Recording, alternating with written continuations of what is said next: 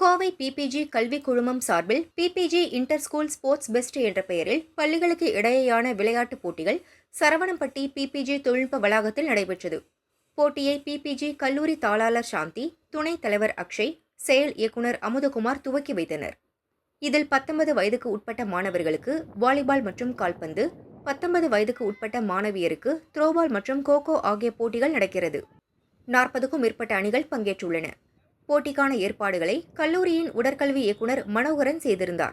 முதல் சுற்று மாணவர் பிரிவு வாலிபால் போட்டியில் ஏபிசி அணி 2-0 என்ற செட் கணக்கில் எஸ்விஜிவி அணியை வீழ்த்தியது.